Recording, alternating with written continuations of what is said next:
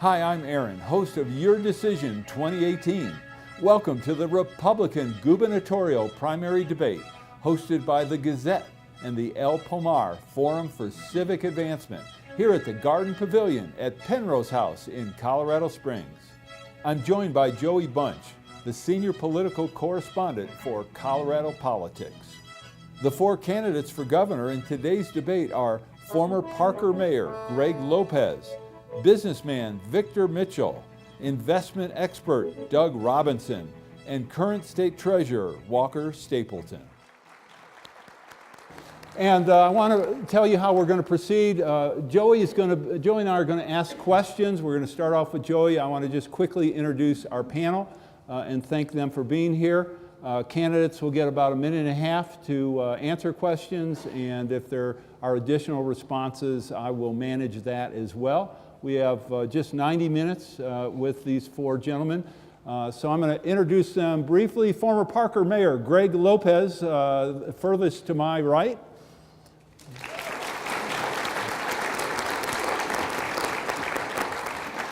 Businessman and entrepreneur Victor Mitchell, sitting next to Greg. And we have a very successful investment expert and philanthropist, Doug Robinson, as well. And our current state treasurer, Walker Stapleton. Okay, so let's get started. Joey, you've got the ball. So let's start with what I think is one of the most important issues facing our state, which is transportation. And Republicans in the legislature believe that we have the money in our state budget to pay for transportation.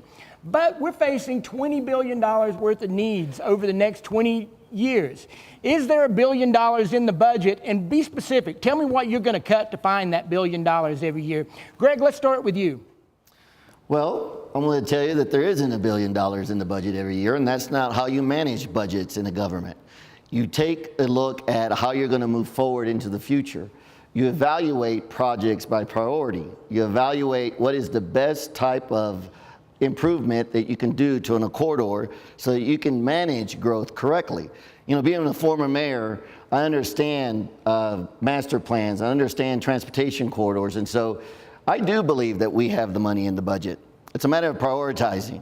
You know, and so what we need to do first is make sure we totally understand the totality of the complexity of the problem, instead of just throwing numbers out there that says, you know what, I want to make sure that we have all the roads fixed, all the bridges repaired, and there's always, you know, when you start talking that way, you start losing sight as to how are you properly going to manage these types of funds and these types of projects. And I can tell you that from what I've been able to see, it's important for us to continue to have good quality projects as we move forward. The reason we have the problems that we have today is poor leadership, poor management. You know, growth is happening, it's been occurring, and yet we always want to put all that new traffic onto the same corridors. We're just talking about widening I-25 and I-70. Just imagine for a minute what it would be like if we didn't have E-470 to take us to the airport. Well, let me ask a follow-up question to that, because I heard a lot of give, but I didn't hear a lot of take. So if you're going to put more money into transportation, who's going to be the loser in that equation? You know, just like anything else, everybody wants you to pick an individual. Until we sit down and truly evaluate what is the best use, and I'm not going to give you a specific answer as to what development or what project, okay? Because, again, when we talk about a state budget and you're talking about true leadership, you have to evaluate the entirety of the program. But I'm going to tell you that we need to prioritize. And so there will be areas where we're going to have to cut back or realign. And, you know, some of the things that we can look at is how we're currently spending our money, and is there a better way to continue to spend it? All right. Thank you, Greg. All right. Vic, why don't you go ahead and answer the same question? And I think what Joey's getting at is if you're going to use the resources that the state already has and not raise taxes to fund additional roads, what portion of the budget are you going to deprioritize in order to provide those funds? And that's what the idea that, you know, if the money's there, it's going to come from somewhere else. Is it going to come from education? Is it going to come from health care? What is it going to come from? Well, thank you, Aaron. I really appreciate the question. I appreciate everybody coming out this morning as well. I've been very specific. I believe we can get $2 billion into roads and infrastructure in my first year of my administration without increasing taxes or fees. So exactly how are we going to do that? Well, first and foremost, the Colorado Department of Transportation is probably one of the most badly managed bureaucracies in state government today. Fewer than 30 cents of every dollar of their $1.6 billion actually hits contractors' hands. Those are the people that actually build our roads and infrastructure. And there's been one consistency throughout the 25 years I've lived here in Colorado under both Democrat and Republican administrations, is our roads, our bridges, our entire infrastructure seems to be crumbling. Traffic seems to get worse and worse every year. So how exactly are we going to do it? We're going to bring in an outsider, somebody with 40 plus years of development and engineering experience to reform the whole CDOT program. We're going to limit their overhead to no more than 20%. That alone would free up about $700 million directly to go into contractors' hands. We're also going to deploy all their cash and cash equivalents that's currently on their balance sheet. That's roughly $1 billion as well that can go into roads and infrastructure as well. And finally, we're going to change something called the Legislative Audit Committee that does financial auditing of various state bureaucracies. And we're going to change that mission from financial-based auditing to performance-based auditing, looking for ways to drive cost and waste out of the system. If we save 3 to 4% doing that, we can save, that's another potential $1 billion that can go into roads and infrastructure or other priorities, including higher teacher pay. All right, thank you, Vic. Doug, go ahead. Can I answer this too? No, because we're done with transportation. So. This is my number one priority, is investing in the infrastructure in our state. And I disagree with Victor. I've looked at the budget. There are savings to be made. CDOT can be operating more efficiently, but we don't have the billions of dollars that we need to make an immediate impact on our roads. We're going to have a choice in this ballot, right? You saw yesterday that the business leaders of Denver have come together and said we need to have a tax increase. Have you seen this? Sales tax increase to pay for the money to fix our roads. I don't believe that. I think sales taxes are regressive. They hurt those at the bottom that we are trying to help. But we do need to come up with billions of dollars, and I'm in favor of a plan to put $3.5 billion on the ballot to bond. How do we come up with the $250 million of debt service? Half of it comes from the rolling off of the Owens bonds. 20 years ago, we did those fast-track bonds. That's half the funding. The other half does come from efficiencies in CDOT and also efficiencies in our overall government. $125 million is about less than 0.5% of our annual state budget. We can come up with the savings without impacting other programs in order to prioritize our roads and fix them now. I'm tired of the shape of the roads around Colorado. And one more thing I'll say is that CDOT, I had people at the event here this week, and CDOT basically acts as if they don't listen to the people. It is not a tollway in Colorado Springs in the Gap. It is 2 lanes, additional 2 lanes, both directions, no tolls, no new taxes. For information on how to help promote civil and mutually respectful discourse and support expansion of the distribution of our programs, please email info@harbertv.com. The Rex Howell Broadcaster of the Year Award recognizes an individual who, through leadership, skill, and dedication, is advancing the broadcast industry in our state and our nation. Tonight, we honor Aaron Harber. Aaron has worked extensively in the media as a host, producer, political and economic commentator, and columnist. Today, the Aaron Harber Show is the focus of his media involvement. Aaron, it is a privilege to present you with the Rex Howell Broadcaster of the Year Award. Congratulations.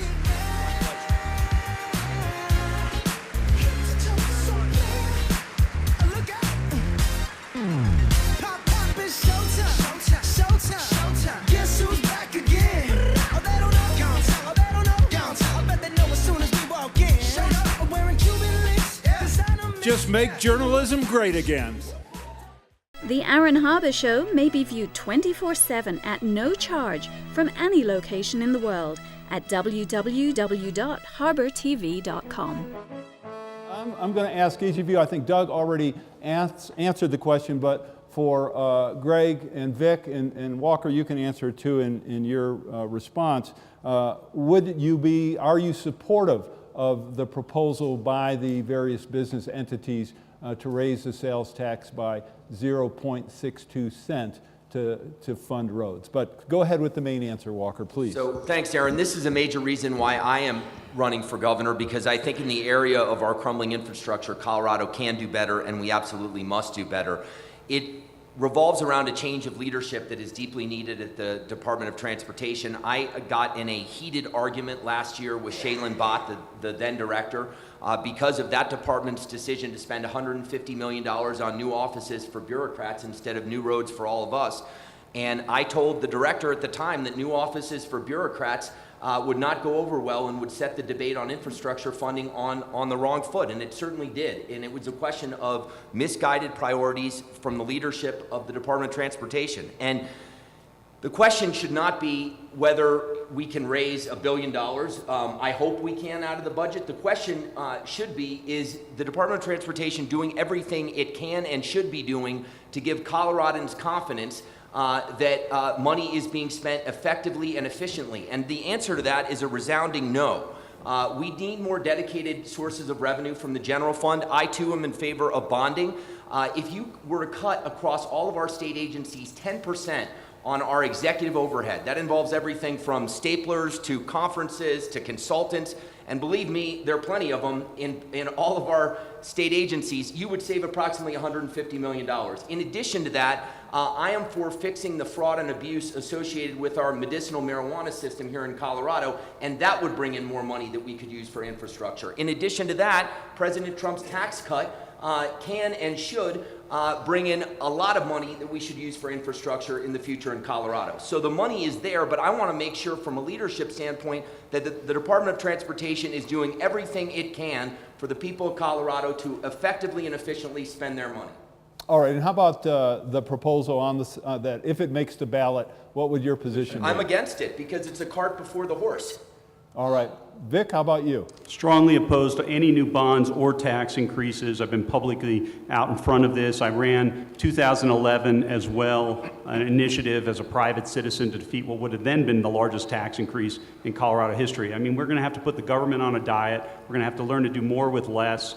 To put more money into CDOT when they need fundamental structural reforms would just be wasteful. All right. How about you, Greg?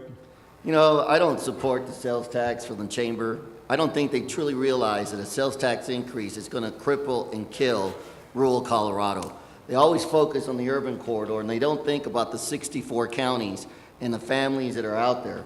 I also feel that there is money in the budget that we can prioritize and do it correctly. You know, too many times are we looking at it, we need a quick fix today without really looking into the future as it pertains to future growth and future problems. All right, last question on transportation. A lot of people don't realize that if you look at the RTD revenues and budget, RTD generates an extraordinary amount of revenue in the Denver metro area. Roughly what? It's over $1 billion, I think, a year. And when you look at the limited number of people they serve, not to say these people don't need to be served, is an extraordinary amount of money. Would you support legislation and or ballot issue which allowed a portion of RTD revenues to be devoted to repairing roads? Greg, I'll start with you. Just give me a yes or a no. Yes. Victor? Yes. Doug? Yes. And Walker? Yes. Okay, that's going to be interesting. We have agreements. Well, maybe I found all the money you need. Okay, Joey. Well, we have unity in the Republican Party Look at what's now. happened in that A line that they're building to Arvada. They're not doing a very good job. They're not being held responsible. They operate RTD and CDOT as if they're outside of government and not responsible to the governor or to the people. We need to fix the way they operate. All right. too. I thought the A line was to DIA, but I'm not.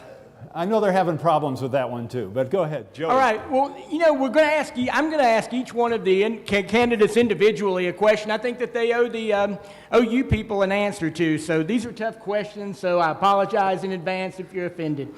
So Greg, you get the first question. Greg, not too long ago at a mental health forum, you said you supported the red flag bill, but then when it blew up into a controversy for George Brockler and Representative Cole Wist during the session, you said you didn't support it. So marry those two ideas for me. What changed? Well, let me first correct your statement. I did not support the red flag bill when we were talking at the mental health event. What we were talking about is, do you think that someone that has a mental health problem should be able to have weapons? And the answer is no, of course not. That's not what the red flag bill was all about. The red flag bill was more about if someone believes that you have a mental health problem, should they be able to have the authority to take away your weapons? It's a totally different conversation, and so what people need to understand, that you have to listen very closely to the questions and listen very closely to the issues, because oftentimes we just like to combine things and not really evaluate how that works. And let me tell you what, the Lord has made it appropriate for me to listen very closely, because as a veteran, I lost 87% hearing in my right ear. So I have to listen very closely to the questions that people are asking me to make sure that I'm not misinterpreting what it is that they want me to answer. But it's a totally different issue, and so for me, I stood tall to what the right things are, and I still stand between the same answers, because it's totally two different questions. So it's judges and police officers that are making that decision of whether someone should have a weapon. Are you saying you don't trust them? You know what? I'm going to say that there are judges and police officers that, just like anybody else, some you can trust and some you can't. That's just human nature. The question I have, what would happen if an ex-girlfriend of a police officer took this situation and filed a complaint? Would the judge take his weapon away? Would he be able to go and carry a gun when it's time for him to go to work? Or what are we doing with that situation? For information on how to help promote civil and mutually respectful discourse and support expansion of the distribution of our programs, please email info@harbertv.com. I'm Aaron Harber, host of The Aaron Harber Show. You can follow the show on Twitter for instant notification of new episodes, live event invitations, outtakes, and behind-the-scene photos. And tweet us your topic and guest suggestions today. Hi, I'm Aaron Harber, host of The Aaron Harber Show. Because I've never done endorsements or commercials, people ask how are our programs funded, especially because we provide them as a public service to all our broadcast outlets. It's expensive to produce our show, whether we do them here in Denver or go to places such as Aspen, Washington, D.C., or even Iraq. The answer is we depend on contributions to support our work to bring you some of the nation's top opinion leaders. Individuals, businesses, foundations, and other nonprofits make tax-deductible contributions to the Democracy and Media Education Foundation to help allow us to continue to work for you. To find out more or to make a donation, just go to dmefd.org. The DMEF is a tax-exempt public charitable organization and has promised to dedicate 100% of every contribution to support our public affairs initiatives. If you believe, as I do, in the need for a forum which promotes civil discourse and mutually respectful discussion, I hope you'll decide to make a contribution today. I'm Aaron Harber, host of The Aaron Harber Show. Find us on Facebook to get all the latest updates, see behind-the-scene photos, and make comments and ask me questions. You can see episodes before their TV broadcast, so like the show today. The Aaron Harber Show may be viewed 24/7 at no charge from any location in the world at www.harbertv.com. Vic, you donated money to anti-gun violence candidate Ken Tolles. He's an activist. When he ran against Tom Tancredo, are you a different guy now? Oh my God. I mean, it was 25 years ago.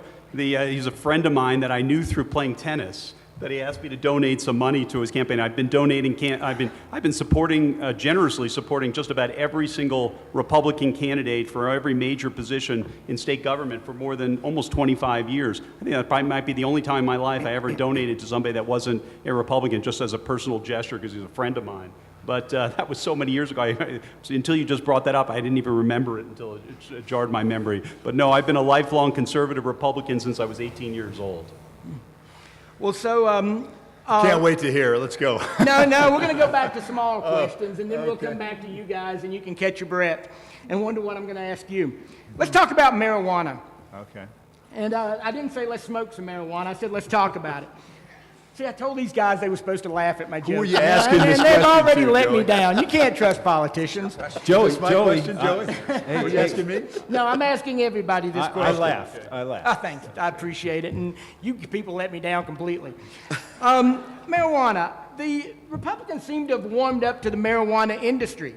And, why is that? And do you personally support marijuana? And do you support marijuana as an industry? And let's start this time on this end. Walker, Do you support marijuana as an industry, and do you think that it does more harm than good for society? Well, I'm deeply troubled with the unintended consequences of marijuana legalization. I think if you polled everybody on this stage, nobody supported legalized marijuana in the state of Colorado. I think from a practical standpoint, there's more than 30 states that have now passed some form of at least medicinal marijuana. And what we've seen is that medical marijuana is the Trojan horse to legalization at the state level. And so I don't know how practical it is to repeal at this point. I think that we have deep structural problems in this state from a regulatory basis around the fraud and abuse associated with medical marijuana cards. We have issued well over 100,000 medical marijuana cards, and it is easier in today's Colorado for an 18-year-old kid to get a medical marijuana card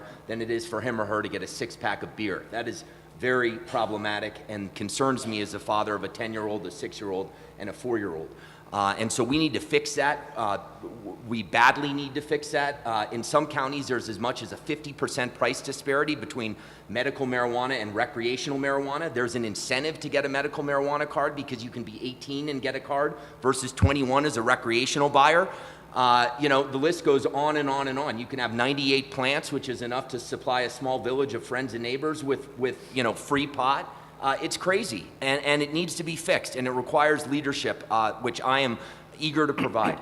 Well, now the governor can't repeal marijuana legalization, but Walker and the other candidates as well, if there were a ballot initiative to repeal marijuana, would you be in favor of that ballot? No, because I don't think it's practical, and I don't think it would pass in Colorado. And I want to deal with practical solutions on a regulatory basis that will improve the lives of our kids and keep this out of the hands of our kids.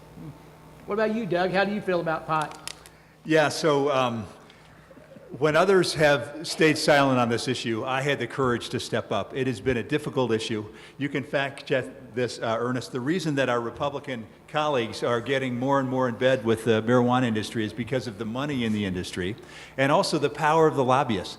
There are over 50 lobbyists down on from the marijuana industry. Oftentimes, we've just had one, the organization that Diane and I founded called Smart Colorado, which has fought back to put guardrails on this industry and protect our kids. And I had the courage to stand up just this last week and say, Governor, you should veto Bill 1258, which is one that our Republican colleagues just passed through the House and the Senate, and it's basically to allow tasting rooms or basically on-site consumption in all of the dispensaries across Colorado. This is a bad thing. I stood up and said, and the Gazette ran the editorial to say that this is a bad thing, the governor should veto it. We have to have the courage to step up. I've been a leader on this issue. There's so much more that we can do in terms of getting the tax dollars that we were promised out of the medical side.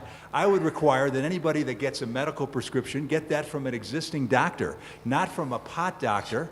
Have them go for their existing doctor. Look at those, getting those people into the recreational side, the money that would generate. We also have to go more aggressively after our illegal grows that we have all over El Paso County, all over this. And I sponsored legislation that put $10 million more a year ago into our bill elders and others' hands in order to do that. So I think the unintended consequences way outweigh the benefits that we've seen from this industry.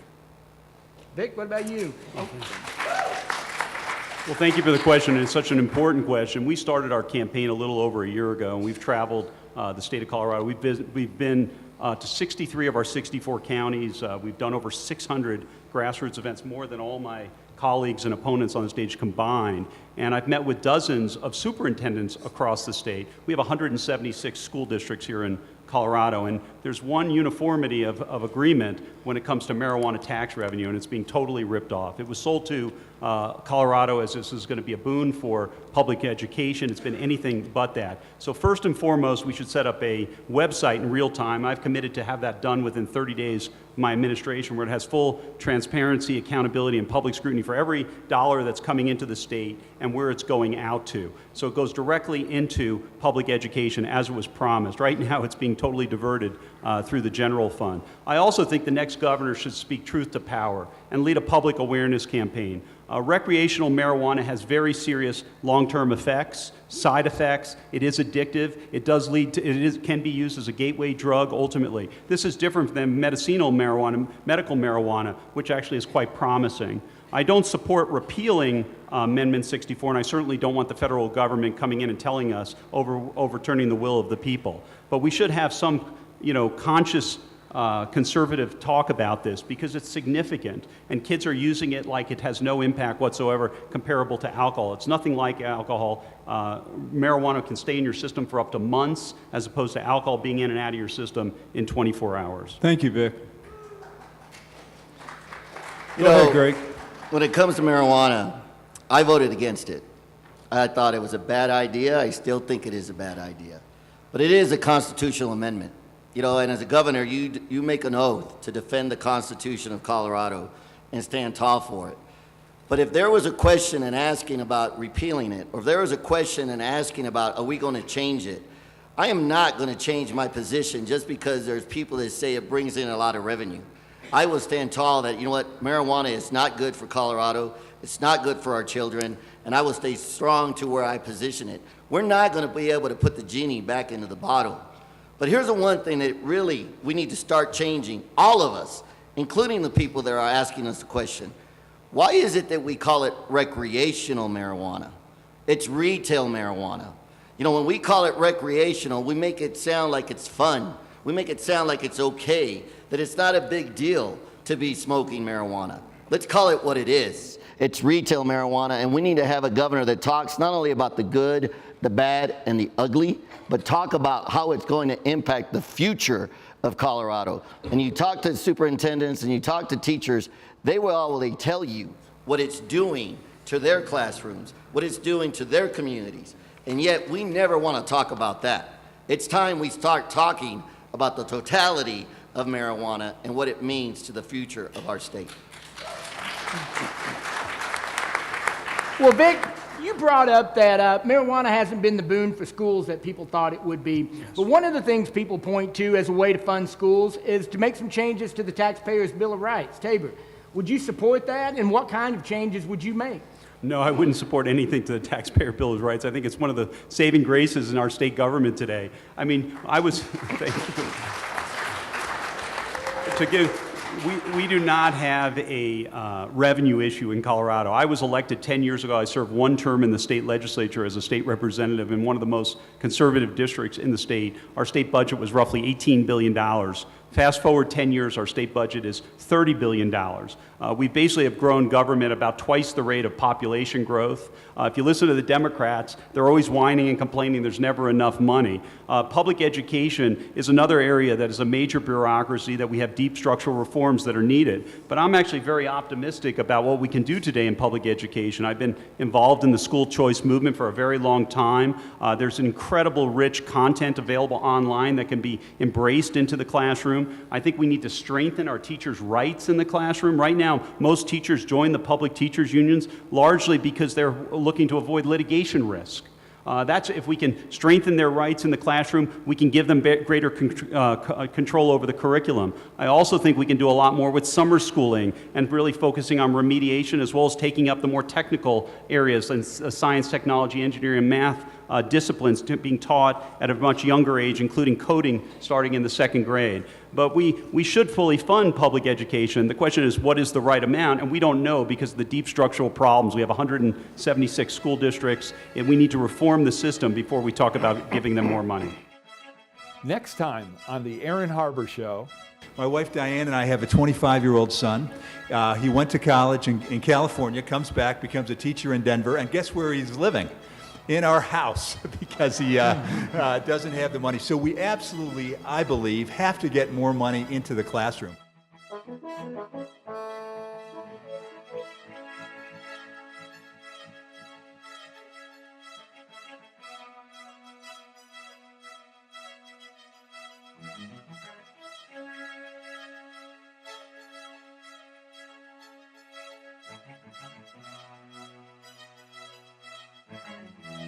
Please contact us. We want to hear from you. And thanks for watching.